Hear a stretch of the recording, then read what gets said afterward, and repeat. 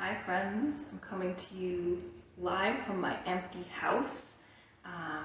It's just you and me and the ghost of my mom. I want to read this poem, Field 2, that was recently published in Concision. And I wanted to read this poem partly because it's difficult for me to say goodbye to this house. In part because I know it's the last house that I'll ever live in, that my mom has set foot in. So I wanted to read this poem here before it no longer belongs to me. Thank you to Haley Lasche, the editor of Concision, for publishing this poem.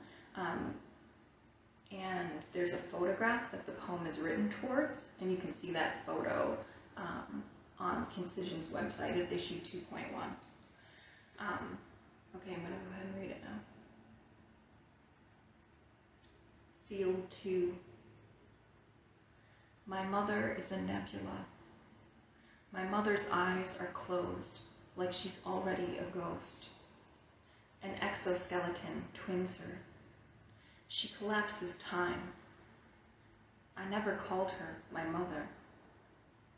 My mother isn't inside the car, but neither is she outside the car. Dust disperses. Her hand clutches the door.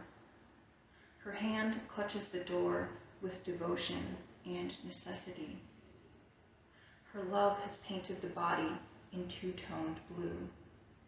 You can't see it, but the car's back seat is raw, unupholstered metal.